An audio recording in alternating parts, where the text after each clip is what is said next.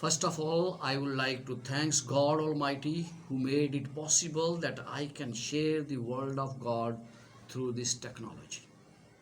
It's a great opportunity that God has provided me. So I'm going to share the word of God with you from 1 John chapter 4 verse 7 to 21. Let's pray before we begin, because unless and until Holy Spirit guides us, we will not be able to accomplish anything. So let's ask God to give me wisdom and give you understanding, so the word of God can affect our life, transform us and made us pure. Let's pray. Most gracious heavenly loving Father, we come to thee and our hearts are full of gratitude for the things you have done for us. As we are going to learn thy word, we request you to give us a Holy Spirit so we can understand thy word in a better way and apply it to our lives. In Jesus' loving name I pray. Amen.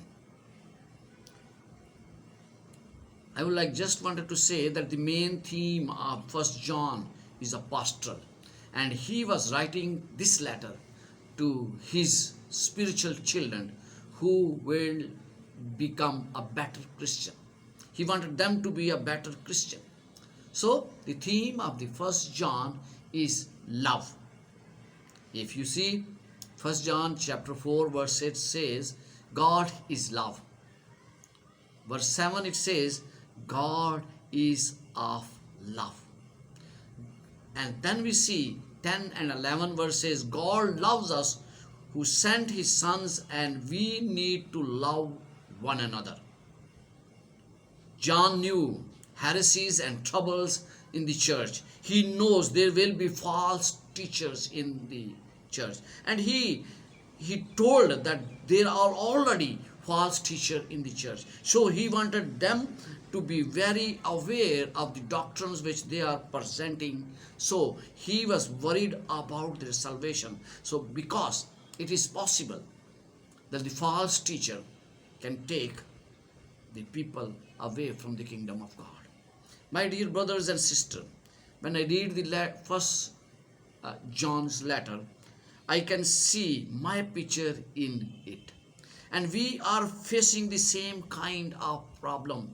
And I have seen in my church the same kind of problem which John mentioned. We are away from understanding what God is telling us through his prophet. Now, what is the solution for them and how we overcome our spiritual problem? Please, if we listen carefully, we will be understanding our spiritual problem and we will be able to find a solution to our problem. In chapter 4, John is first trying to tell the church members to be aware of false teachers who declare that they have message from God. He advised them to inquire about them and see from the word of God, are they preaching the true or the false. We need to understand Jesus has told us false prophet and false prophets and false Christ will be rising at the end of this world. So if Christ has told us, we are sure there are false prophets and false Christ today. Second, he talks about love and speak. We need to know how love is attribute of heaven. Loving other is an attribute of God. It is not an optional duty, my dear. It is, we might be thinking, oh, this is optional that we can love God and love other. But it's a commandment. Worldly people hearts are empty of that love which John is explaining in these verses. Where there is love, there is power and truth in life. Love does good and nothing but only good. Those have love bear fruits unto holiness, and in the end everlasting life they will get. If God has not first loves us, we could not love one another. If God's love is not in us, we will hate others. John wanted us to understand God's love for us and what he did. He made it clear to his church member, as I wanted first of all you to understand God's love and think what duty I have been given by God to love others. We all claim we love God, but there is test of that claim. Verbal professing is natural and necessary, but not sufficient. It should be shown through our attitude, behavior, and action. How our love toward God is measured, whether it's genuine or not. It is measured by how I love other. If I know God, my action toward other will show. If God dwells in me, it will show through behavior toward other. If I love God, it will be shown through my attitude. Today, we are going to consider three things which refer to our spiritual being. In 1 John, as I mentioned, chapter 4, verse 7 to 21. First I say, I am a liar if I do not keep his commandment and do not know God. Sometimes our Christian says we know God. And sometimes they say, oh, I do not know God. But it is my duty to being a Christian to know God. In our Bible text, John give it clear test by which we can know whether we know God or not. If we fail in this test, which is given by John and God, and we claim we know him, then we are indeed deliberate liar. The one who says, by this we know that we have come to know him if we keep his commandment. These are who says, I have come to know him and does not keep his commandment is a liar, and truth is not in him. If I say I know God and I do not keep his commandment, John is very clearly telling me that I am a liar. John has to say this because some teachers were practicing Docetism and Gnosticism, but claiming that they know Jesus. John personally knows Jesus, so he can explain us more clearly than anyone else. It is written in 1 John chapter 4 verse 1 and 2.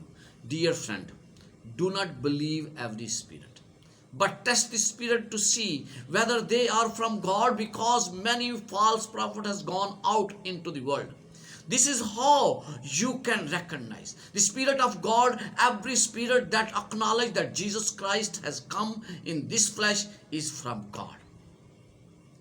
And then he says, 2 John chapter 1 verse 7.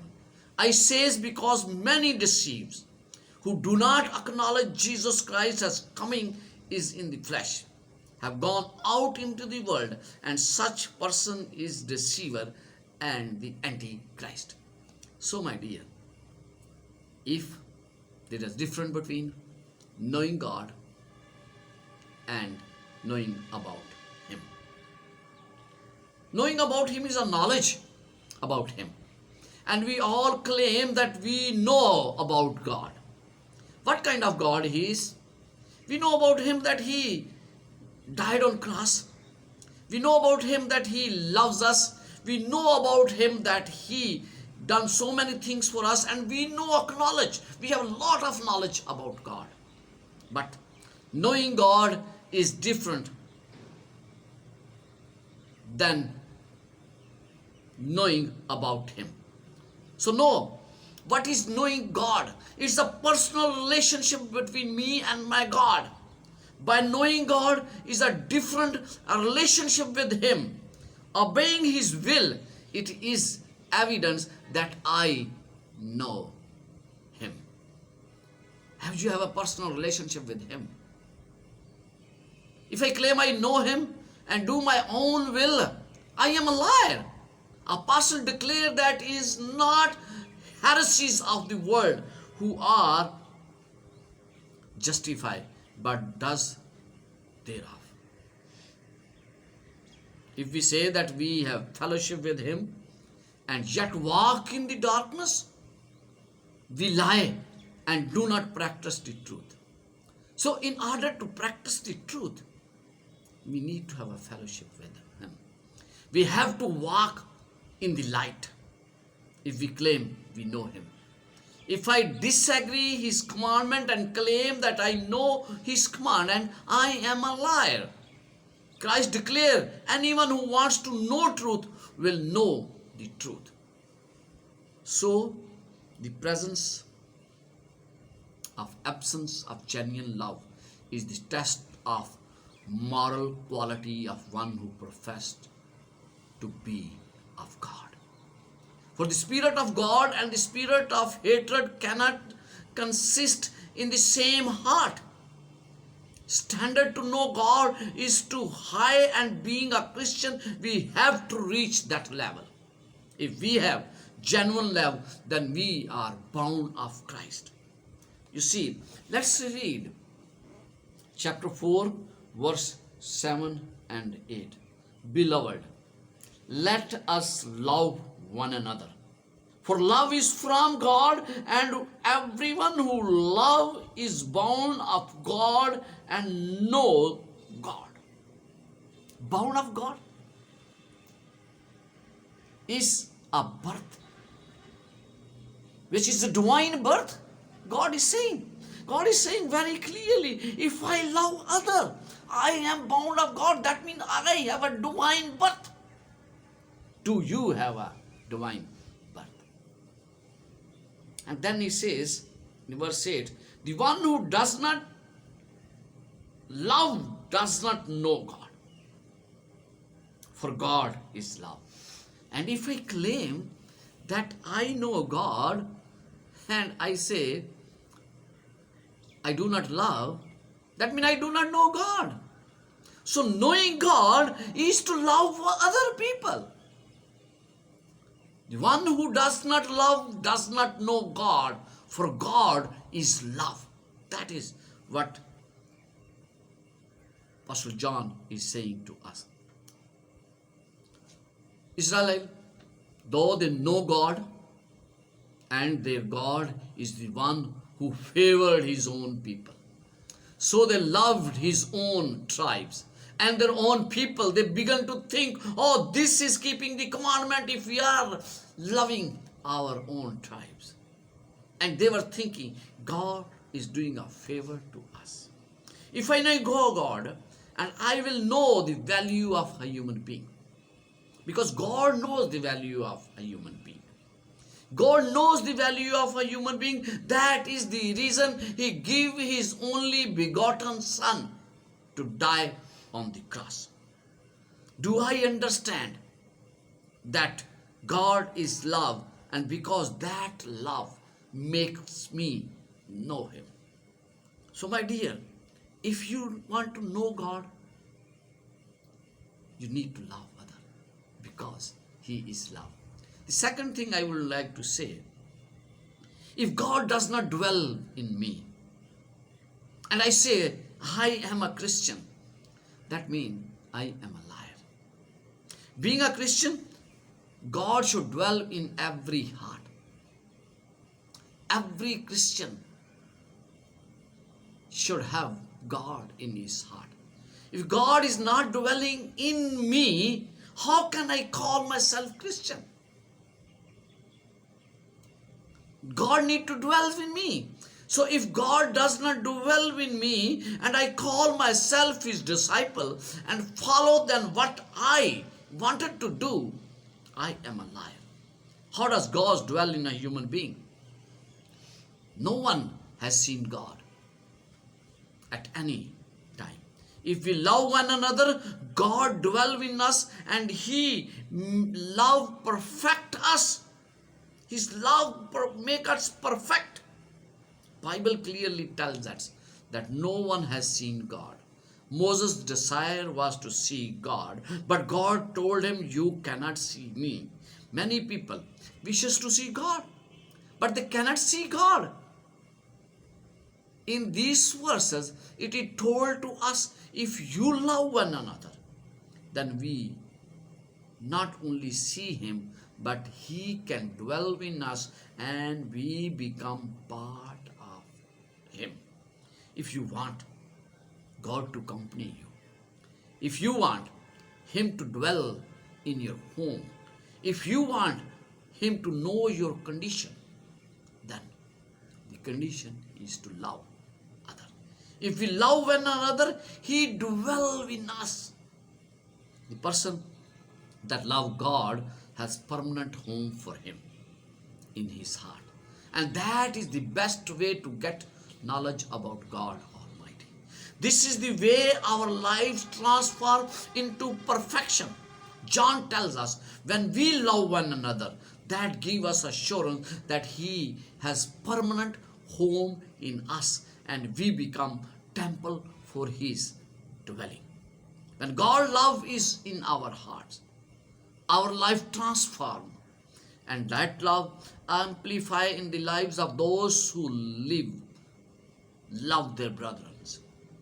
It means that God love is in my heart will only amplify if I love brothers. When I love my brothers, God abides in me. When we love one another, this is the sign by which we recognized God's love, that God is love. We all are looking forward toward our heavenly home. Word of God clearly tells us that only who abide in Christ will be prepared to meet him at his second coming. According to God's word, only way God can abide or dwell in me is that I love my brothers. Do you know what kind of love God has toward us? That is that to make us perfect. His love only become perfect when he dwell in us. If I only love my family members, friends, relatives, people who supported me, what extra I'm doing than the heathens? And God does not dwell in me. Do you know whether God dwell in you? I request you to love other so that his love may become perfect in us. We belongs to God. Jesus should be entering in our every situation. Every action should be according to God's will. Every decision should be according to God's will. My relationship will be according to God's will. Together, we begin build up his dwelling place. If we all are together, that will be his dwelling place in us. If you read from verse 1 John verse 19 to 21, it says, we know that we are of God, and that the whole world lies in the power of evil one. And we know that the Son of God has come and has given us more. It's 19. So 1 John chapter 4 verse 19. We love because we first loved. We love because he first loved us. If someone says, I love God and hate his brother, he is a liar. For though the one who does not love his brother, whom he has seen, cannot love God, whom he has not seen. And this command we have from him, that the one who loves God should love his brothers. When I decided to move to some place, it is possible that the others does not want to move with me for God's work.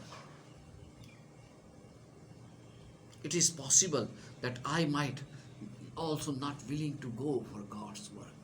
But I need to understand the people who asking me to go somewhere and preach, then love those people. And God wanted me to love those people. I need to cooperate with God's calling all the time. The word of God, if someone says, I love God but hate his brother, he's a liar. Do you want to be a liar? For the one who does not love his brother, who he has seen, cannot love God, whom he cannot see. And this commandment we have from him, that the one who loves God should love his brothers. How many clearly I want God to tell me that I need to love others. Yes, it is easy for religious people to love God, who believe on God because they depend on him for everything. But do I love my brothers?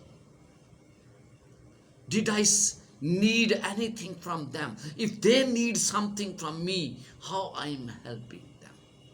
If I do not say you need to love only whom you love, but it say we need to love everyone. It's not optional. It's a commandment, my dear.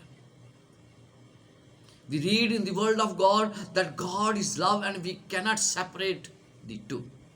I know how much I love my kids and I wanted them to love each other.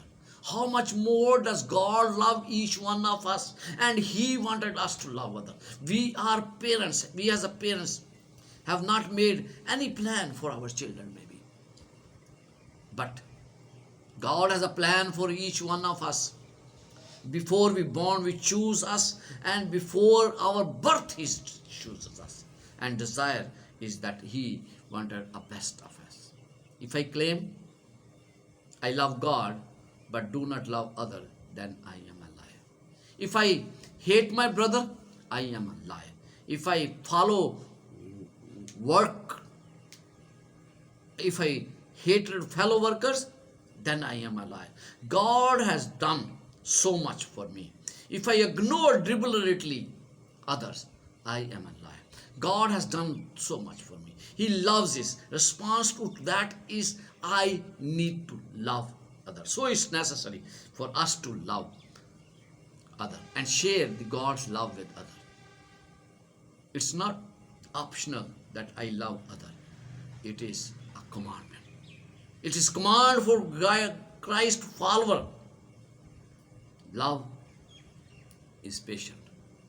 Love is kind.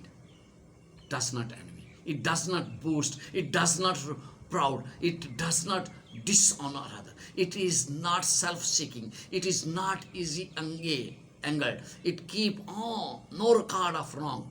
Love does not delight in evil, but rejoice with truth. It always protect, always hopes, always preserve. Love never fail. It is constant forever. Even if we reject his love, God says in Jeremiah 31 verse 3, I have loved you with an everlasting love. The only fruit that grow on an apple tree are apple. The only ways we have God's love is to allow God's love to flow to others. My son just love gym and bodybuilding. Usually he puts his pictures on the Facebook in order to show others that what he loves. Looking in a mirror sometime to see how he is looking, and the other at the same time. I want you to understand, and we grow in love. We stop looking in the mirror at ourselves, but start looking on other who can share the love of God with other. I need to see. Gandhi, a Hindu leader, once said, I love you, Christ, but I do not love you, Christian. Do you know why Gandhi has to say this? Because he knows Christian love, Christ love, but his follower does not keep his commandment and do not love. Are we reflecting the prior image of God to other? Are we allowing Christ to change us to his image? Holiness is not a religion or what we can do on our own merit. It is what God does through us by his Spirit. God has commanded us to love one another, and if we do not love one another, it means we do not know him. He does not dwell in us because he is love. I appeal to you this morning. Before I could prepare this message, I was praying for each person who is going to hear this message. I pray for each home. I pray for each family who is going to listen to this message. God's message can reach each heart. It has reached your heart. If it has reached to your heart, repent with me and say, because today I have come to know that I know him and he dwells in me. Lord, I promise to love others, to let you know that I love you. God bless you all, and may God guide your ways accordingly. In Jesus' loving name.